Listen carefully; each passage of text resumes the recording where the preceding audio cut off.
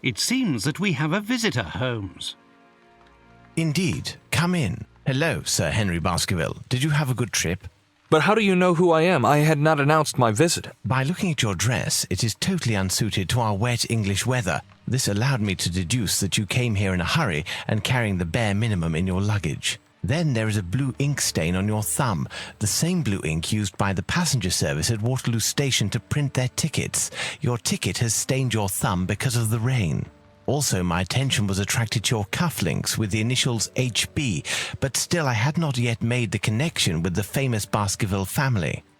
It is by remembering a Times article that I deduced your identity. It was telling of the odd death of Charles Baskerville and the likely return of his nephew and only heir, Henry. Brilliant! Your reputation is well-deserved, Mr. Holmes. But let me explain the purpose of my visit. You do not believe in legends, and you would like to clear the circumstances of your uncle's death.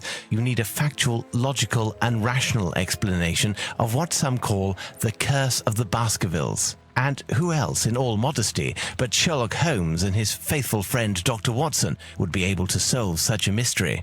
Watson, my friend, pack your bags. We're leaving for Baskerville Hall.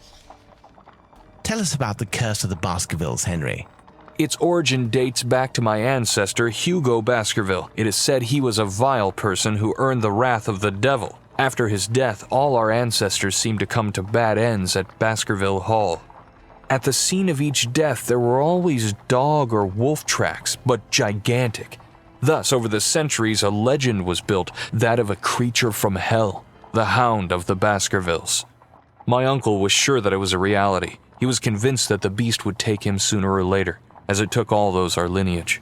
With his last letter, he sent me this medallion. According to Charles, it was needed to break the curse of the Baskervilles, but he did not know how to use it. Do you believe in this legend, Mr. Holmes? We'll have to exhaust all other hypotheses before falling back on that one. Baskerville Hall in sight.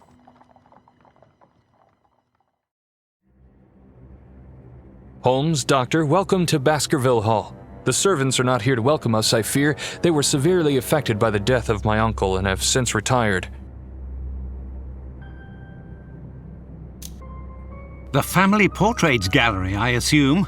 But why such expressions on their faces? These pictures have not always been so disturbing. According to my uncle, the changes in the paintings occurred after the violent death of the portrayed Baskerville. It appears to be one of the effects of the curse. Have you noticed? The family coats of arms under the pictures are missing. Indeed, it is an interesting point to begin our investigation. Where can these coats of arms be, and why did they disappear? Let's try to find them. I cannot stay here any longer. The sight of those ghastly faces is unbearable.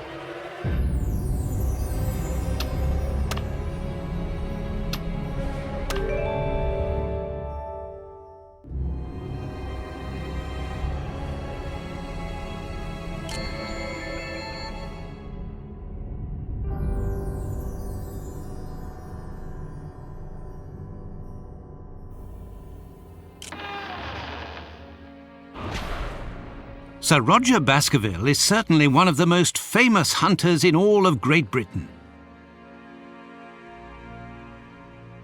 Indeed, Dr. Watson, my grandfather spent a large part of his life traveling the colonies of the Empire to stalk the largest predators in the world. Let us try to learn more about the tragic death of Sir Roger Baskerville. Such a distinguished hunter could not possibly have been killed by a simple dog.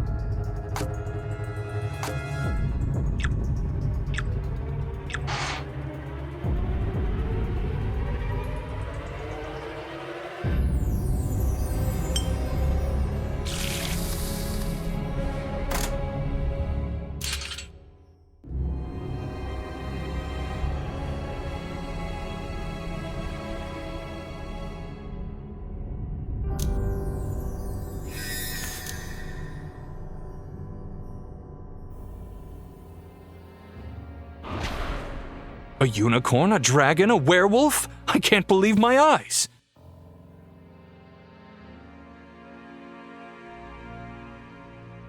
Don't let appearances fool you, Henry. Dr. Watson is right. It is unlikely that these fantastic animals ever existed. It is, rather, a matter of a remarkable job of taxidermy.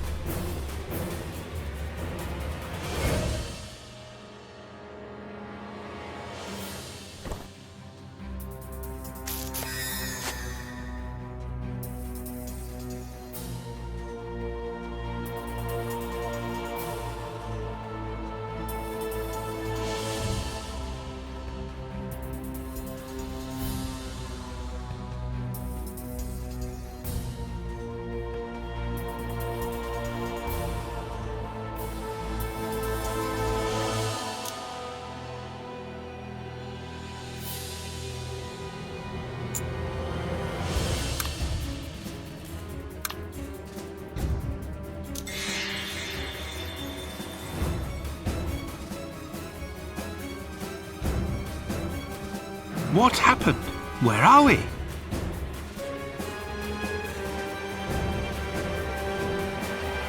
I believe the correct question is rather, when are we? What do you mean, Holmes? Look at these traces of struggle. Look at the shape of the room, its decoration. Everything appears as if Sir Roger was just killed. Smell the air. The odors of gunpowder and blood are still fresh. You don't really think that we went back in time, do you? Normally, I would reply no and laugh at your naivety, but for now I'd rather not say anything. I do not know how or why, but it seems that we have stepped back to a few minutes after the death of Sir Roger. There is always an explanation. Be patient.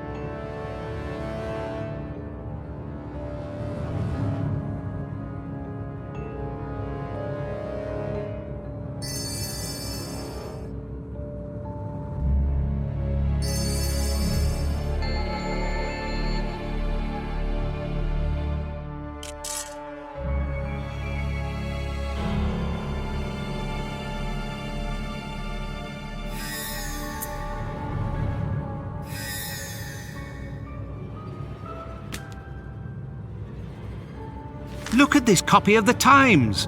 It's almost 90 years old. Either it is perfectly kept, or we are really at the beginning of the century.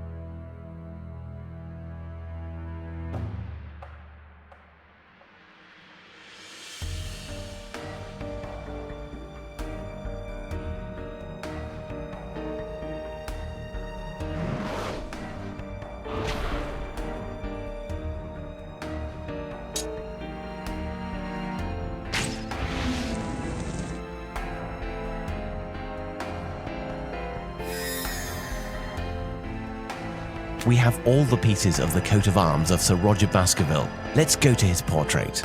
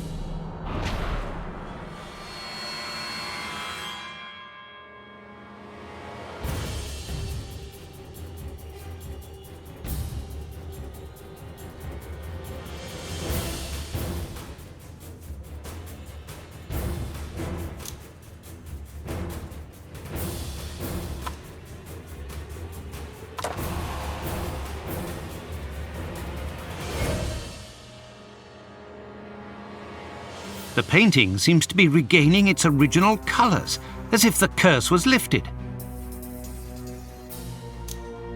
Holmes, Watson, look! By inserting the arms, we've triggered a mechanism. A secret cache. There's something inside. The diameter of this jewel seems to perfectly match the empty slot on the medallion.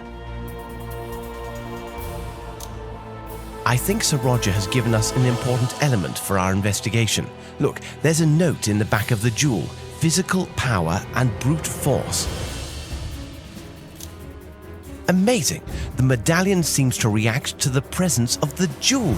It vibrates. Let us try to use it. Perhaps on the boards that block the door to Louisa's room.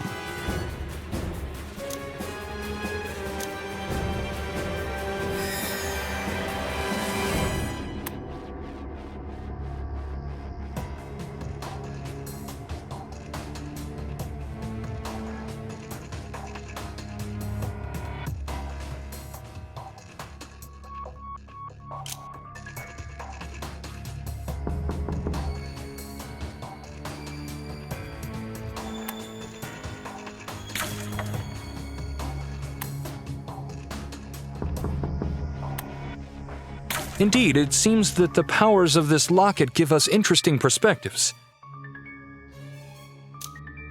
Powers? Dear friend, let's not sink into superstition.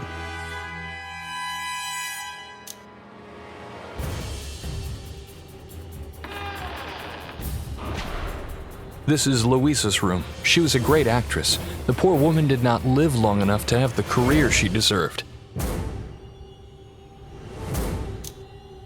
Do you know how she tried to escape the beast? According to my uncle, she tried to escape reality by creating a world of her imagination. She hid there thinking she could escape her fate, but the curse took her anyway. And what of this refuge she created? My uncle found Louisa's writings speaking of a world behind the mirror. She called it her shelter, but Charles never found out what it was exactly.